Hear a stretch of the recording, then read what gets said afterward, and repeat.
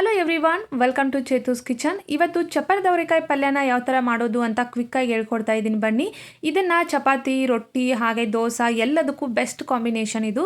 ಮಾಡೋದು ಹೇಗಂತ ಹೇಳ್ತೀನಿ. ಚಪ್ಪರದ ಅವರೆಕಾಯಿನ ತೊಗೊಂಡು ಮೊದಲು ನಾನು ಬಿಡಿಸಿ ಅದನ್ನ ಕ್ಲೀನಾಗಿ ತೊಳೆದು ಇಟ್ಕೊಂಡಿದ್ದೆ. ನಮ್ಮ ಹೆಲ್ತ್ಗೂ ಕೂಡ ಇದರಿಂದ ತುಂಬಾ ಬೆನಿಫಿಟ್ಸ್ ಇದೆ. ಸೊ ವೀಕಲ್ಲಿ ಒಂದು ಸರಿ ಆದರೂ ಇದನ್ನ ಮಾಡ್ಕೊಂಡು ತಿನ್ನಿ ಅಂತ ಸಜೆಸ್ಟ್ ಮಾಡ್ತೀನಿ. ಇವಾಗ ಮಾಡೋದು ಹೇಗಂತ ಹೇಳ್ತೀನಿ. ಸ್ಟವ್ ಆನ್ ಮಾಡಿಕೊಂಡು ಅದ್ರ ಮೇಲೆ ಒಂದು ಪ್ಯಾನನ್ನು ಇಟ್ಕೊಂಡು ಸ್ವಲ್ಪ ಎಣ್ಣೆನ ಹಾಕ್ಕೊಂಡು ಇವಾಗ ಅವರೆಕಾಯಿನ ಹಾಕೊಂಡಿದ್ದೀನಿ. ಇದನ್ನು ಕೂಡ ಚೆನ್ನಾಗಿ ಫ್ರೈ ಮಾಡ್ಕೋಬೇಕು ನಾವು. ಇವಾಗ ಇದು ಚೆನ್ನಾಗಿ ಫ್ರೈ ಆಗಿದೆ. ಇದನ್ನ ಒಂದು ಪ್ಲೇಟಿಗೆ ಎತ್ತಿಟ್ಕೊಳ್ತಾ ಇದ್ದೀನಿ. ಎತ್ತಿಟ್ಕೊಂಡಿದ್ದಾದ್ಮೇಲೆ ಇವಾಗ ಸ್ಟವ್ ಆನ್ ಮಾಡಿಕೊಂಡು ಅದೇ ಪ್ಯಾನನ್ನು ಮತ್ತೆ ಇಟ್ಕೊಂಡು ಒಗ್ಗರಣೆಗೆ ಬೇಕಾಗುವಷ್ಟು ಎಣ್ಣೆನ ಹಾಕ್ಕೊಂಡಿದ್ದೀನಿ. ಎಣ್ಣೆ ಕಾದಿದ್ದಾದ್ಮೇಲೆ ಸ್ವಲ್ಪ ಸಾಸಿವೆ, ಜೀರಿಗೆ, ಆಮೇಲೆ ಒಂದು ಹೆಸರಷ್ಟು ಕರಿಬೇವನ್ನು ಹಾಕ್ಕೊಂಡಿದ್ದೀನಿ. ಕರಿಬೇವು ಇದೆಲ್ಲ ಚೆನ್ನಾಗಿ ಫ್ರೈ ಆಗಿದ್ದಾದ್ಮೇಲೆ ಒಂದು ಈರುಳ್ಳಿನ ಹಾಕ್ಕೊಂಡು ಈರುಳ್ಳಿ ಎಲ್ಲ ಸಾಫ್ಟ್ ಆಗೋವರೆಗೂ ಬೇಯಿಸ್ಕೊಂಡಿದ್ದಾದ್ಮೇಲೆ 2 ಟೊಮೆಟೊ ಹಾಕ್ಕೊಳ್ತಾ ಇದ್ದೀನಿ. ಟೊಮೆಟೊ ಎಲ್ಲ ಸಾಫ್ಟ್ ಆಗಬೇಕು ಅಂತ ರುಚಿಗೆ ತಕ್ಕಷ್ಟು ಉಪ್ಪನ್ನು ಇವಾಗಲೇ ಹಾಕ್ಕೊಳ್ತಾ ಇದ್ದೀನಿ. ಉಪ್ಪನ್ನು ಹಾಕೋದ್ರಿಂದ ಬೇಗ ಟೊಮೆಟೊ ಎಲ್ಲ ಸಾಫ್ಟ್ ಆಗುತ್ತೆ.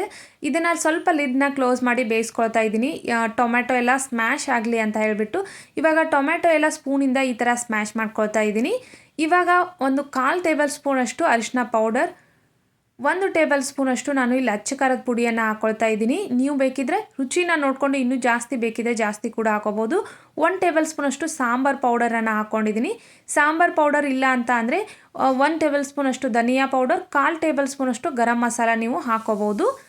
ಇವಾಗ ಇದನ್ನು ಈ ಥರ ಎಲ್ಲ ಅದ್ರ ಜೊತೆಗೆ ಮಸಾಲ ಜೊತೆ ಹೊಂದೋ ಹಾಗೆ ಟೊಮೆಟೊ, ಈರುಳ್ಳಿನ ಎಲ್ಲ ಕಂಪ್ಲೀಟಾಗಿ ಸ್ಮ್ಯಾಶ್ ಮಾಡ್ಕೊಂಡಿದ್ದಾದಮೇಲೆ ನಾನಿಲ್ಲಿ ಅವರೆಕಾಯನ್ನು ಹಾಕ್ಕೊಳ್ತಾ ಇದ್ದೀನಿ. ಫ್ರೈ ಮಾಡಿ ಇಟ್ಕೊಂಡಿರೋ ಅವರೆಕಾಯಿ ಎಲ್ಲ ಕಂಪ್ಲೀಟಾಗಿ ಮಸಾಲೆ ಜೊತೆ ಹೊಂದ್ಕೊಂಡಿದ್ದಾದಮೇಲೆ ನಾನು ಇಲ್ಲಿ ಮುಳುಗೋ ಅಷ್ಟು ನೀರನ್ನು ಹಾಕ್ಕೊಳ್ತಾ ಇದ್ದೀನಿ.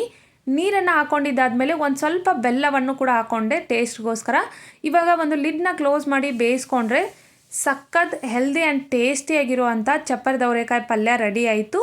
ಮೇಲೆ ಸ್ವಲ್ಪ ಕೊತ್ತಂಬರಿ ಸೊಪ್ಪನ್ನು ಹಾಕ್ಕೊಂಡ್ರೆ ಮುಗ್ದೋಯ್ತು. ಐ ಹೋಪ್ ಇವತ್ತಿನ ವಿಡಿಯೋ ಎಲ್ಲರಿಗೂ ಇಷ್ಟ ಆಗಿದೆ ಅಂತ ಅನ್ಕೊತೀನಿ. Thanks for watching and bye bye.